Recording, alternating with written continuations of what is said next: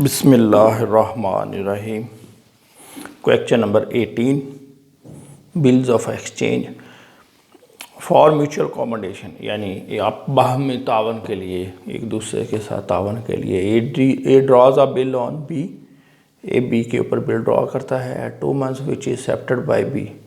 On the same date B draws a bill on A for a similar amount at 2 months. Both the parties get their bills discounted by their respective banks at 12% per annum. On the due date, both the bills are honored. Give entries in the books of A and B. पिछले सवाल में एक ही bill draw किया गया था और दोनों ने क्या किया था, आधे आधे पैसे बांट लिए थे। इस बिल में क्या है, दोनों पार्टी जो हैं अलग अलग बिल है। वो कहते हैं इस फड्डे में न पड़े, तुम मेरे ऊपर एक बिल ड्रा कर दो, मैं तुम्हारे ऊपर ड्रा कर देता हूँ। तुम मुझे पैसे भेजोगे, मैं तुम्हें पैसे भेजूंगा, इस चक्कर से बचने के लिए। तो ए ने बी के ऊपर बिल ड्रा किया, ठीक है, और बी ने उसको एक्सेप्ट कर दिया। तो ये क्या होगा, ये लिखेगा बिल रिसीवेबल डेबिट और बी क्रेडिट। और इसकी एंट्री हो गई जी 10,000 से 10,000। आगे बढ़ते हैं, कहता है अच्छा इसकी एंट्री इसकी बुक में क्या होगी, ये लिखेगा ए डेबिट बिल्स पेबल क्रेडिट। अगर कोई कन्फ्यूजन हो जाए तो इस एंट्री को देख लिया करें, इसके अपोजिट कर दें। अगर यहाँ बिल रिसीवेबल है तो इसके अपोजिट क्रेडिट में बिल पेबल आएगा। इधर ए की बुक में इसका नाम आ रहा है तो ये अपनी बुक में इसके अपोजिट, ये क्रेडिट है तो ये डेबिट, उसका नाम लिख दें। तो कोशिश करें पेपर में भी एक दूसरे के एक पेज के सामने दूसरी की बुक बनाएं, ताकि अगर कहीं पे कन्फ्यूजन आ जाए तो इसकी मदद से आप अपनी वो कन्फ्यूजन दूर कर सकें। On the same day he draws a bill. अब इसने इसके ऊपर एक बिल ड्रॉ किया तो ये क्या करेगा, लिखेगा बिल रिसीवेबल डेबिट और ए क्रेडिट, यानी वो एक्सेप्ट भी हो गया। ये लिखेगा सिमिलर अमाउंट का, यानी वही 10,000 का, ये भी 10,000। अब ये एंट्री इसके इधर अपोजिट होगी, ये लिखेगा बी डेबिट और बिल्स पेएबल।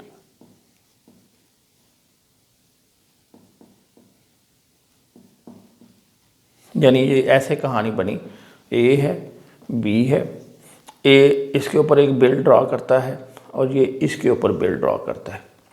अमाउंट भी सेम है, टाइम भी सेम है, वो भी 2 महीने का बिल है, वो भी 2 महीने का बिल है। अब होगा क्या, इसने जो इसके ऊपर बिल ड्रॉ किया है, ठीक है, उसकी जब ड्यू डेट आएगी ये अपना बिल पे कर देगा और ये अपना बिल पे कर देगा, ठीक है। यानी 10-10 हज़ार रुपये जो है ना, इस दोनों को ज़रूरत थी, ये भी इसको भी पैसे मिल जाएंगे और ये अपने पैसे खुद ही देगा, ये अपना बिल जो एक्सेप्ट किया होगा उसके पैसे देगा, ठीक है। अब इसमें यानी कोई वो इशू नहीं रहेगा, फड्डा नहीं रहेगा।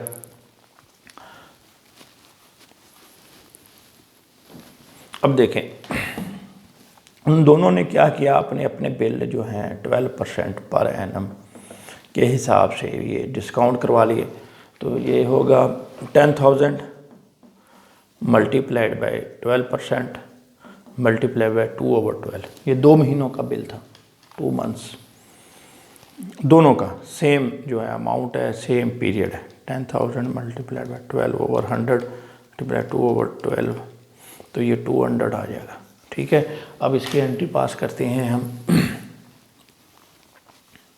ये भी लिखेगा बैंक डेबिट, डिस्काउंट डेबिट और बिल रिसीवेबल क्रेडिट 9800, 200 और 10,000। और ये भी ऐसे ही करेगा, बैंक डेबिट, डिस्काउंट डेबिट और बिल रिसीवेबल क्रेडिट और 9800, 200, 10,000, ठीक हो गया। अब क्या होगा, जब इस बिल की मैच्योरिटी डेट जो इसने एक्सेप्ट किया हुआ है आएगी तो ये पेमेंट कर देगा bills payable debit, cash credit या बैंक क्रेडिट 10,000।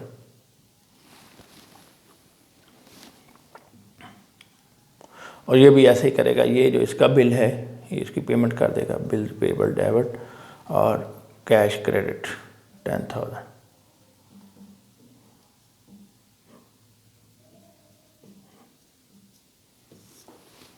नहीं, यानी अब क्या हुआ, इसने इसके साथ कॉमोडेट किया, इसने इसके साथ, यानी चीज़ें नाइस ने इसको बेची, नाइस ने इसको बेची, लेकिन एक बिल इसने इसके ऊपर ड्रा कर लिया, एक इसने इसके ऊपर ड्रा कर लिया, और मुकर्रर तारीख को बिल ऑनर्ड हो गए। दोनों ने अपने अपने जो बिल हैं वो अदा कर दिए। ना इसको कोई इशू आया, ना इसको बैंक को फ़ायदा हो गया कि 2 बिल थे, इधर से भी बैंक को 200 बच गया, इससे के बिल से भी 200 बच गया, और उन दोनों की ज़रूरत भी पूरी हो गई। ठीक है, दिस इज़ अकोमोडेशन। उम्मीद है आपको क्लियर हो गया होगा। Thank you very much.